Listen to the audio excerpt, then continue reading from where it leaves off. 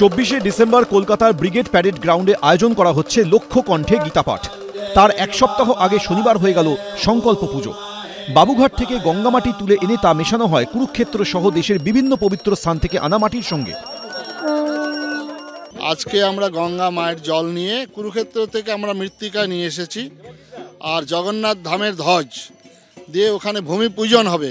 ভূমি পূজন হয়ে আজকে প্যান্ডেলের কাজ শুরু হবে। গঙ্গা থেকে মাটি নিয়ে ব্রিগেডে আসেন সাধু সন্তরা।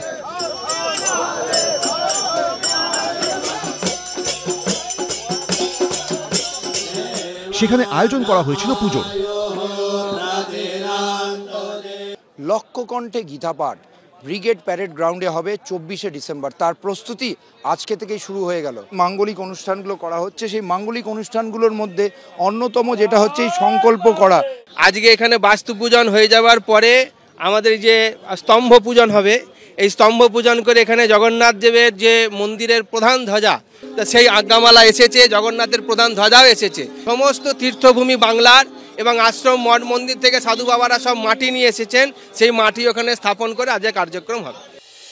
লক্ষ্য কণ্ঠে গীতাপাঠ নিয়ে আগ্রহ যে দিন দিন বাড়ছে তা বোঝা যাচ্ছে কলেজ স্ট্রিটে ঢু মারলেই। 1 লক্ষ মানুষ একসঙ্গে গীতাপাঠ করবেন ব্রিগেডের ময়দানে, কিন্তু 1 লক্ষ গীতা মানে কলেজ স্ট্রিট পাড়ায় তো রীতিমতন হইচই। গীতা পাঠ হবে ব্রিগেডে, যেহেতু এটা প্রচার হয়েছে সেহেতু গীতার বিক্রি বা চাহিদাটা এখন আগে তুলনায় ডবল হয়ে গেছে। মাসে আমাদের 200-300 বিক্রি হতো, এখন 1000-এর উপরে বেরিয়ে গেছে। বিক্রি হচ্ছে, প্রতিদিনই বিক্রি হয় আমাদের গীতা। যেহেতু সামনে প্রোগ্রাম একটা আছে, আমরা ভেবেছিলাম বা আশা করেছিলাম কিছু গীতা হয়তো আমাদের আরও বেশি যাবে। সেভাবে আমাদের তো বাংলা বই, বাংলা গীতা সেভাবে কোনো অর্ডার আসেনি। আসছেন প্রধানমন্ত্রী নরেন্দ্র মোদী, আমন্ত্রিত রয়েছেন রাষ্ট্রপতি দ্রৌপদী মুর্মু, মুখ্যমন্ত্রী মমতা বন্দ্যোপাধ্যায়, রাজ্যপাল সিভি আনন্দ বোস, বাংলার সব সাংসদ ও বিধায়করা। 24 তারিখের এই অনুষ্ঠানে সামিল হওয়ার জন্য একদিকে যখন বিজেপির তরফ থেকে প্রচার করা হচ্ছে, তেমনি ইতিমধ্যেই মাহেশের মন্দিরে আয়োজন করা হয়েছিল 2000 কণ্ঠে গীতাপাঠের, যেখানে সক্রিয়ভাবে সামিল হয়েছিলেন পঞ্চায়েত মন্ত্রী প্রদীপ মজুমদার, তৃণমূল সাংসদ কল্যাণ বন্দ্যোপাধ্যায়। রাজ্যে হিন্দু ভোট প্রায় 70%। লোকসভা ভোটের আগে সেটাকেই কি টার্গেট করেছে তৃণমূল ও বিজেপি? হিন্দুত্বের ব্যাপকতা, হিন্দুত্বের গভীরতা এবং হিন্দুত্বের বিশালতা এতটাই পরিব্যাপ্ত যে সেটা সামান্য দুটো রাজনৈতিক দল যদি নিজেদের মধ্যে টানাপোড়েন করতে থাকে, হিন্দুত্ব সেটাকেও গ্রাস করবে। বয়সের গীতাপাঠই প্রমাণ করে দিচ্ছে যে ভারতবর্ষ ঠিক কোন পথে চলেছে। গীতা আমাদের পরম প্রিয়, কিন্তু রাজনৈতিকভাবে গীতাকে সামনে রেখে মানুষকে বিভ্রান্ত করার চেষ্টা করছে। গীতা পড়া হচ্ছে, পড়া হবে, কিন্তু তার সঙ্গে রাজনৈতিক মেরুকরণ, গীতা পড়লেই বিজেপি আর গীতা না পড়লে মানে সেদিন ব্রিগেডে না গেলে মানে এইভাবে কোনো বিচার হতে পারে না।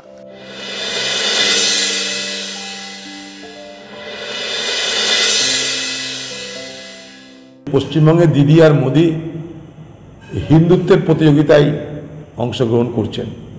মনুষ্যত্বের প্রতিযোগিতা হোক।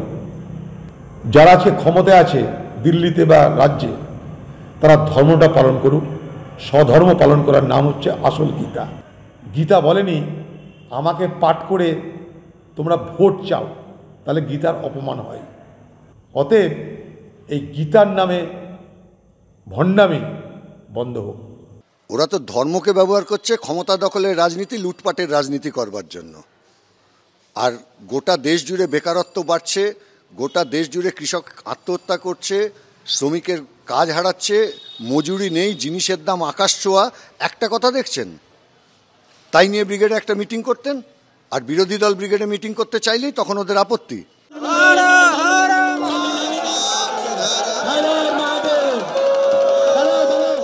ব্রিগেড হোক বা মাহেশ, গীতাপাঠের উদ্যোক্তারা অবশ্য বারবার দাবি করে এসেছেন তাদের অনুষ্ঠানের সঙ্গে রাজনীতির কোনো যোগ নেই। ঝিলম করঞ্জাই, উজ্জ্বল মুখোপাধ্যায়, অরিত্রিক ভট্টাচার্য, এবিপি আনন্দ।